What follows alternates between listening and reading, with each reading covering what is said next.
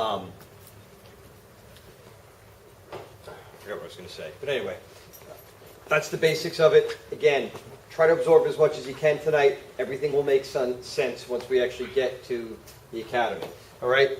When we roll out, we're rolling out head first. We're not jumping out. If we jumped out and hit this thing, what's going to happen? We're just knocking ourselves out. You know? If you set the hook and you did it right, hopefully it'll hold you. But the whole idea is control rollout. You're looking for obstructions once you get out that window because you can't see. That smoke's going out. Broke that smoke's going out. Until you really get your head out, you can't see a damn thing. So you don't know there's a chimney coming up the side of the building there. Okay?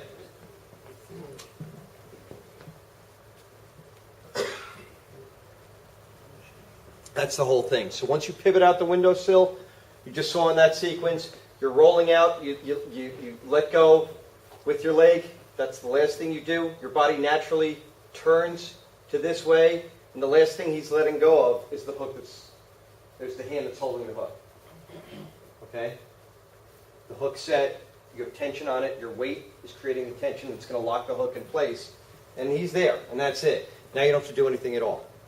You're out of harm's way, and until you gather yourself, that's when you can grab the descender and start lowering yourself. All right? Once you go out the window and you get yourself to this position, you're coming out, you're pivoting on your hand. You're going to stand right there. The first thing what we're going to do is have you go outside the window. Once you get out, go hands free. System's going to hold you. You're not going anywhere.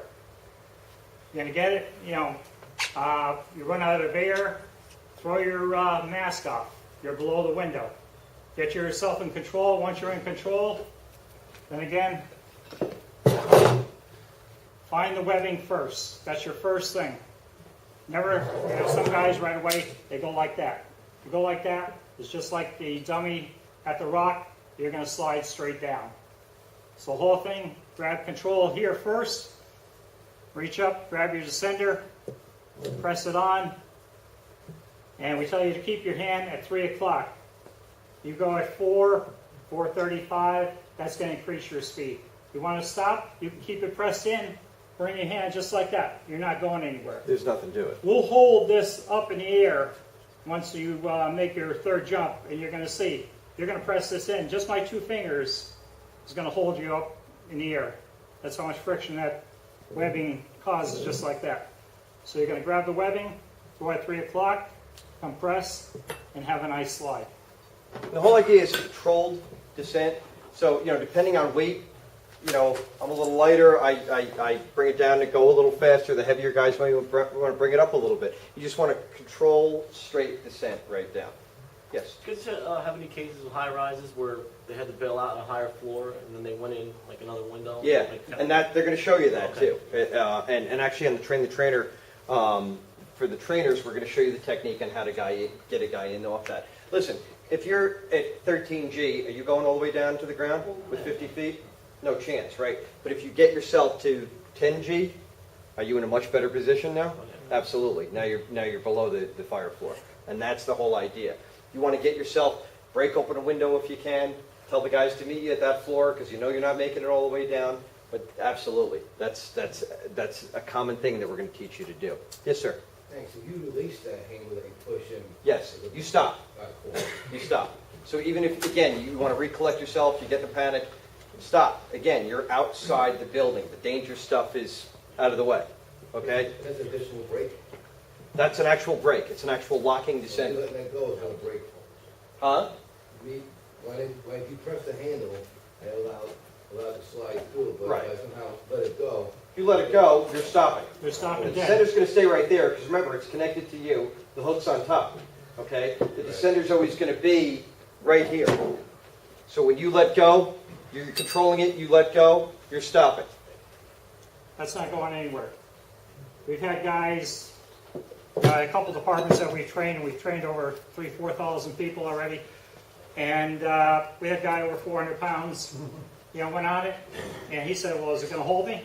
No problem. This is when you drop the boat by accident. If you drop your line by accident, you let it go. Yeah, where's it going? Because it's still connected As long to as you, your so it's hand's not not on disappearing. here, Yeah. you drop this, Right. you're squeezing, and you let go of it. You're going to go down.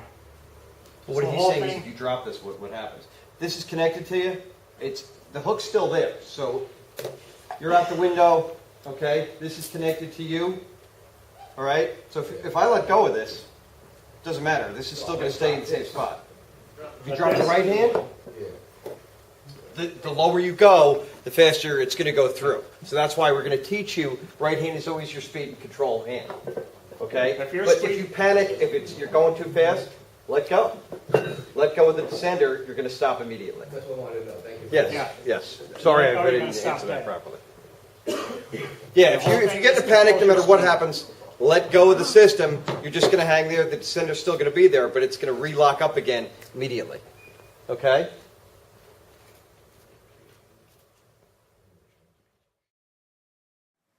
Because if you come out the window, you bail out, you go unconscious, I get a bucket up, a ladder, get a window under you, I want to be able to reach up. You can take a pair of your medical shears, Kelvar, hard to cut. I just want to be able to take this, spin it down,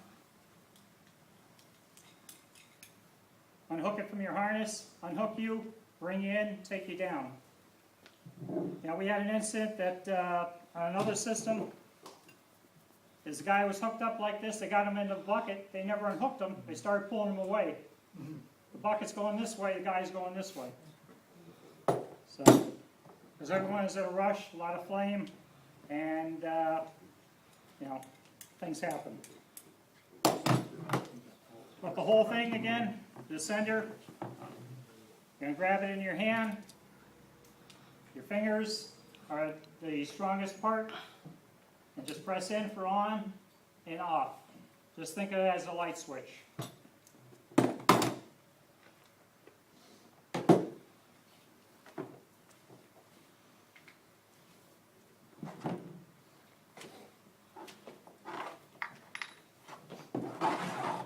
Oh, I'm sorry.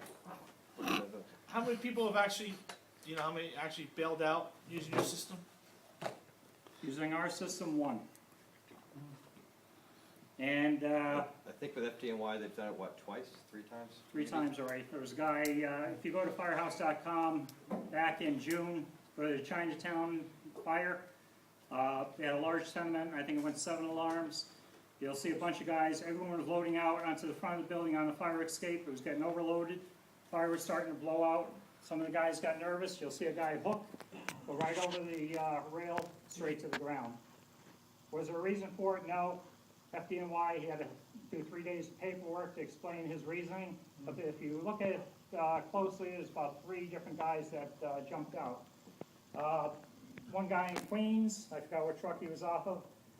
He had a ranch-style house, room and contents. He thought it was starting to blow, really heating up. He was getting nervous.